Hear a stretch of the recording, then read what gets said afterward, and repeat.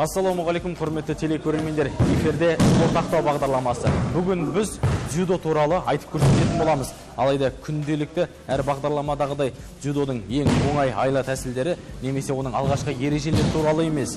Бүгін біз Маңғыстау облысының абыройын сақтатып түрлі халықаралық және әлемдік додаларда бақ сынап жүрген батырларымыз туралы айтып көрсететін боламыз.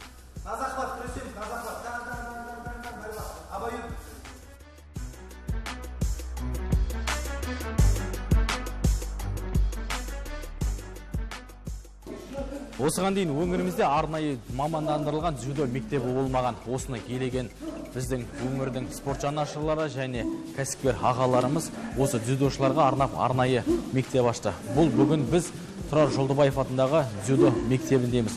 Осы жерде біздің Маңғыстаудың палуандары алдағы келе жатқан наурыз айында болатын халықаралық сайысқа дайындалып жатыр. Ендеше олардың дайындықтарының қаншалықты ерекшелігі бар, оларға қандай күш салмақ артылады, осы туралы бүгін толықтырып айтатын боламыз. Бізбен бірге болыңыздар.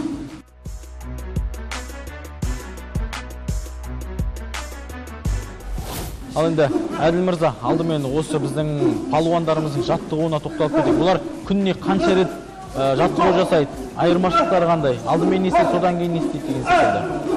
Оқу жаттығу жиындарында жасап жатқанымыз домашний дейді ғой. Үйдегі жұмыс, таңертең физикалық дайындық, ОФП дейді, общий физический подготовка. Таңертең основной жүгіру, күшке көңіл бөлеміз, темірмен, резинамен, арнайы жаттығулар бар. Скорость, баланың жылдамдығын қосу, балалардың. Соған көңіл бөлеміз. Таңертеңгі оқу жаттығу жиынының уақыты 10:30-нан 12:30-ға. Одан кейінгі екінші кезең кешкі тренировка, ол 5:30-нан 7:30-ға дейін бар. Ол жерде основной татами береміз. Татамидегі жұмыс, ол ковердің үстінде домашний сбор болғаннан кейін бұл жерде біз балдардың бросоктарына көңіл бөлеміз. Бросоктарды жақсылап дайындалып, сол өздерінің әркімнің әр спортшының өздеріне жеке көңіл бөлу керек бұл жерде. Яғни әркімнің бір өзіндік стилі бар, соған қарай икемделіп, жаңағы әдіс тәсілдерді үйрету керек дейсіз ғой. Общий жұмыс болмайды бұл жерде. Жеке тоқталып, әрқайсының қателіктеріне жұмыс жасаймыз спортшыларды. Енді осы алдағы додаға дайындық есебінде осы мектептің мақсаты сол, яғни әр спортшымен жеке-жеке айналысасыз. Иә, әр спортшымен жеке-жеке айналысу керек. Ол бізде домашний сборда основной ерекшелігі сол.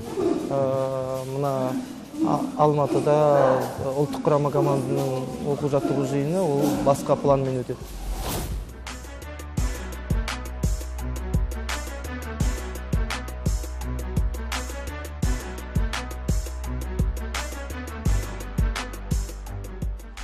Бүгінгі біздің жаттығудағы қатысушылардың бірі Маңғыстаудың мақтанышы Жарылғапов Нұрдәулет. Ал енді Нұрдәулет айта кетейік, 2016 жылы дзюдодан Азия чемпионатының күміс жүлдегері атанды. Сонымен қатар Қазақстан Республикасының күміс жүлдегері. Ал енді Нұрдәулет, енді өзің осы дзюдоға неше жыл бұрын келдің? Алдымен осы дзюдоға қалай қызықты, кім алып келді? Осы спортқа ауылда Нұрлан дейтін ағам алып келді. Осы 2012-де келдім, 4 жыл болды. Алдағы уақыттарда бұйырса Азия ойын, Олимпиада деген сияқты ойындарға қатысқым келеді.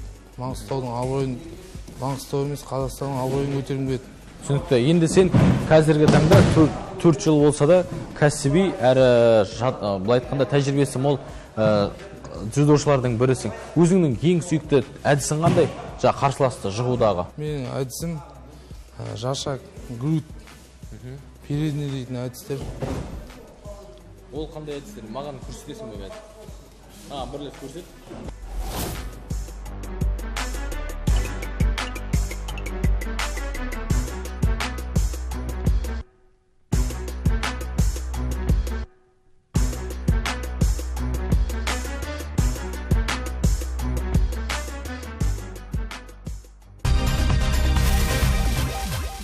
Мына қарсыласы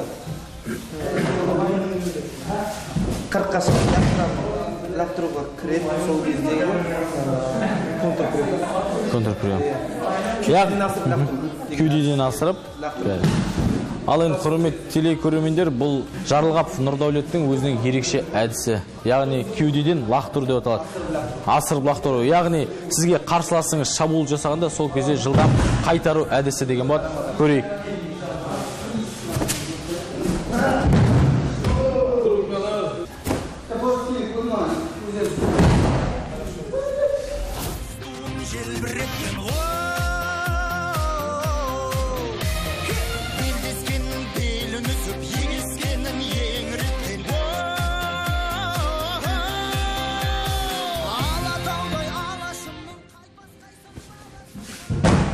Құрметті телекөрермендер, осы алдағы болатын түрлі халықаралық жарыстарға осы біздің залдағы ер азаматтармен бірге жалғыз нәзік жанды Анна Козюлина. Анна, для начала вопрос. Не трудно ли заниматься девушке вот таким как бы жестким спортом, как дзюдо? Ну, с виду кажется трудно, на самом деле это не трудно. К всему привыкаешь, учишься. Не трудно. А вот вы когда пришли в этот спорт и при каких обстоятельствах? Кто вас привел, что привело? Я поступила в спортколледж на первый курс. Меня пригласил тренер. Я начала тренироваться. Вот так я и пришла в дзюдо. А в вашей семье есть спортсмены? Да, у меня братишка спортсмен, сестренка спортсменка. Құрметті телекөрермендер, айта кетейік, біздің Анна 2016 жылғы Азия чемпионатының жүлдегері, сондай-ақ Қазақстан Республикасының 23 жасқа дейінгі әйелдер арасындағы осындай үлкен доданың жүлдегері. На будущее какие у вас планы? Ну, у нас сейчас есть ближайшие турниры, Кубки Европы, Гран-при, Гранд-слам. В марте начинается. Вот пока на них готовимся. Вот домашняя работа. Скоро на сбор поедем. Подводящий сбор будет перед соревнованиями. Вот. Пока туда. А так Токио.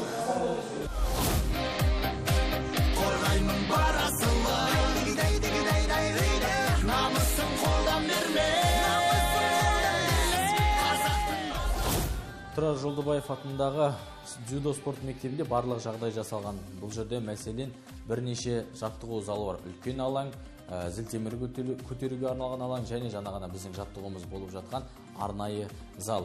Сондай-ақ бұл жерде спортшыларға жатын бөлмелері, жуынатын бөлмелері де бар. Айта кетейік, біздің алдағы үлкен додаға дайындалып жатқан дзюдошыларымыз осы жерде 2 аптаға жоқ уақыт болды. Олар осы жерде 2 күн тәртібі бойынша күніне 2 рет жаттығу жасап, осы жерде тамақтанып, осы жерде ұйықтады.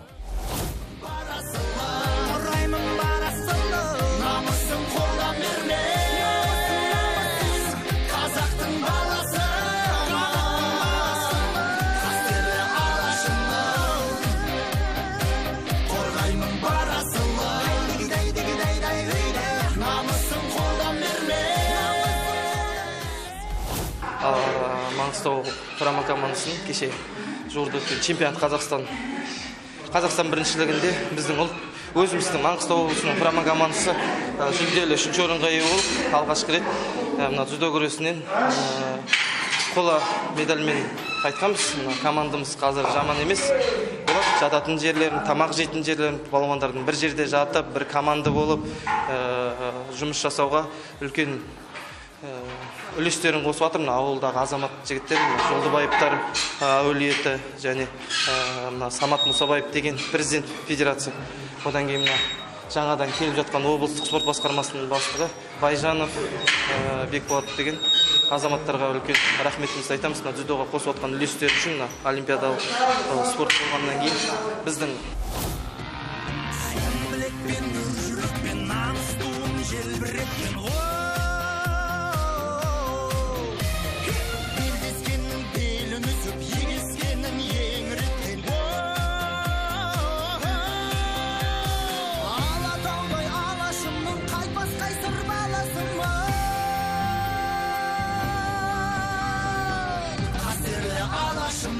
Қасерлі алашымны, қорғаймын бар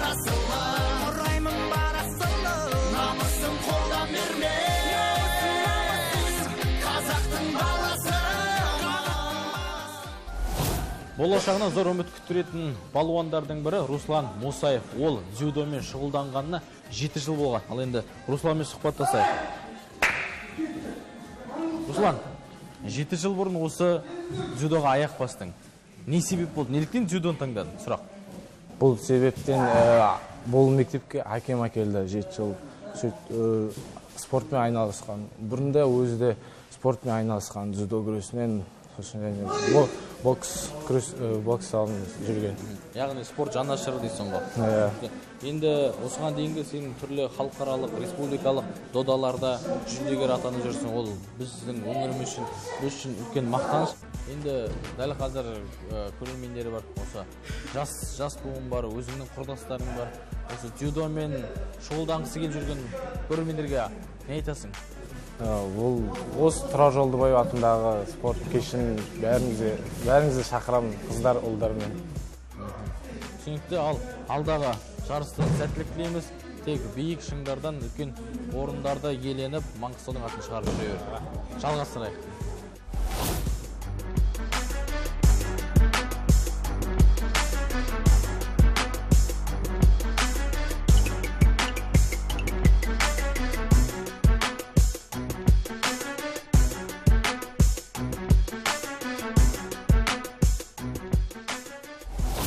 Бүгінгі жиналыстағы кезекті балуанымыз Бақнұр Мырзаев. Ол түрлі халықаралық жарыстардың жүлдегері. Сондай-ақ биыл ол ересектер арасында құраманың мүшесіне енді. Бақнұр, дайындық қалай? Дайындық жақсы. Енді сенің осы дзюдомен шұғылданғанына қанша жыл болды? Мен дзюдоға алғаш рет 2002 жыл келдім. Дзюдоға алғаш рет әкем алып келген. Әрбір қазақ сияқты күреске жақын болғаннан кейін күресінде осы күрес түріне келдік. Жарақат алған кездер болды ма? Осыдан 1 жыл бұрын Чехия елінде Прага қаласында осы жарыс болған. Сол кезде қолым шығып кетті. Сол кезінде қандай сезімде болдың? Енді жарысқа жеңем деп мақсатпен келдің, алайда өкінішке орай сондай жағдай болып қалды. Енді барлық өзімізді салып дайындалып, ұтамыз деп барғанбыз ол жарысқа да. Енді солай қолым шығып кетіп, солай болып қалды.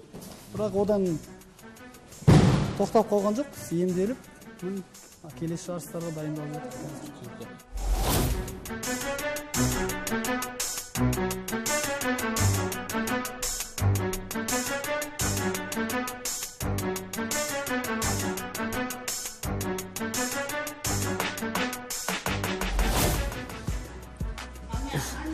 Тапсырмасы бойынша жаттығып жүрген кезекті палуан Мейрамбек Жаңабаев. Ол осыған дейін түрлі халықаралық әлемдік додаларда өңір намысын, сондай-ақ еліміздің атынан шығып, түрлі сайыстарда жүлдегер болып жүр. Ал енді Мейрамбек, көпшілігімізге сенің беймәлім қырларың да бар. Мәселен, алдымен сен дзюдоға қашан келдің? Неше жыл болды айналысқаның? 10 жылдан бері айналысып келемін. Алғаш 2007 жылы күрес мектебіне табылдырған аттап, осы 10 жыл болады десем. Түсінікті. Енді мәселен, жеңіске жету үшін не істеу керек дзюдо үшін? Көп еңбек ету керек, шыдамдылық, өз нәтижесін береді, бәрі өз уақытымен. Барлық ең бірінші дайындыққа жаттығуға байланысты дейсің. Дзюдоға алғаш келген қатысушы, спортшы, мысалы мен секілді адам, ең бірінші қандай ережені білу керек? Алғаш ереже дзюдода тәртіп, бірінші спорт залға келгенсің, жапондардың спорт залғасын, барлығы патронмен бапкерді тыңдап, бірінші тәртіп, одан кейін барлығы орнына болады. Неше жаттығуымыз жалғастырайық.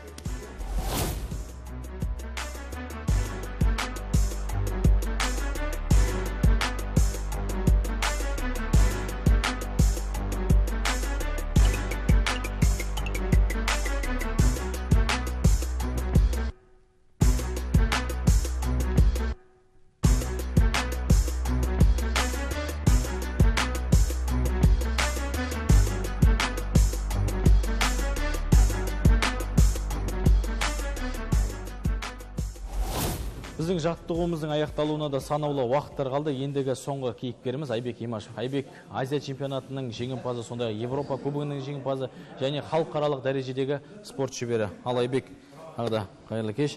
Енді бүгінгі жаттығу қалай болды? Бүгін қай бағытта жұмыс жасадыңыздар?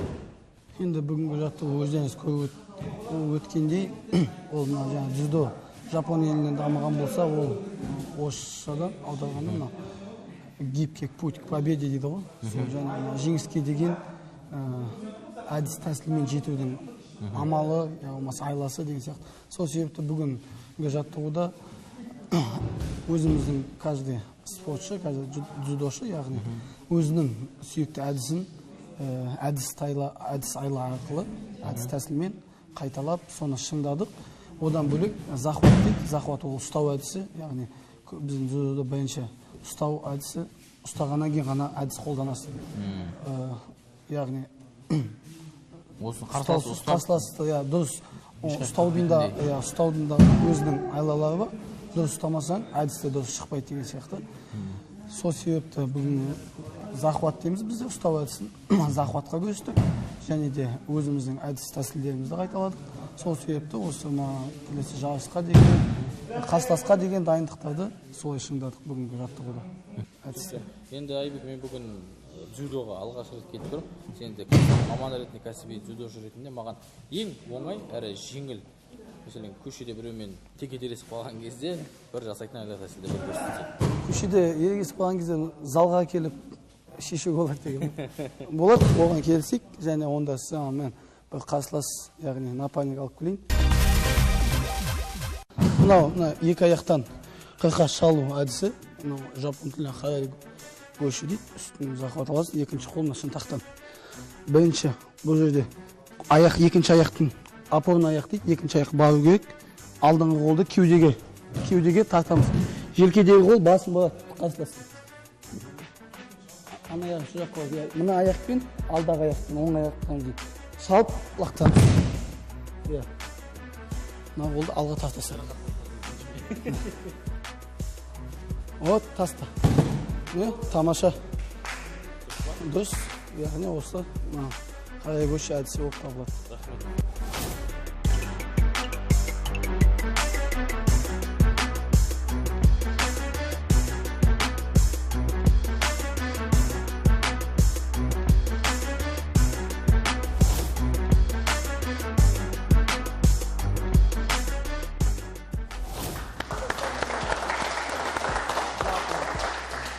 Лей. Мына жаққа қараймыз, лей. Осымен біздің жаттығуымыз аяқталды. Қазір жігіттер жуынуға кетті, ал мен бағдарламамды қорытындылаймын. Ендеше құрметті телекөрермендер, әрдайым шымырда сау болыңыздар. Біздің батырларымыз, Маңғыстаудың спортшылары әрдайым барлық додаларда тек жеңіске жетсін тілегіміз бар. Аман, сау болыңыздар.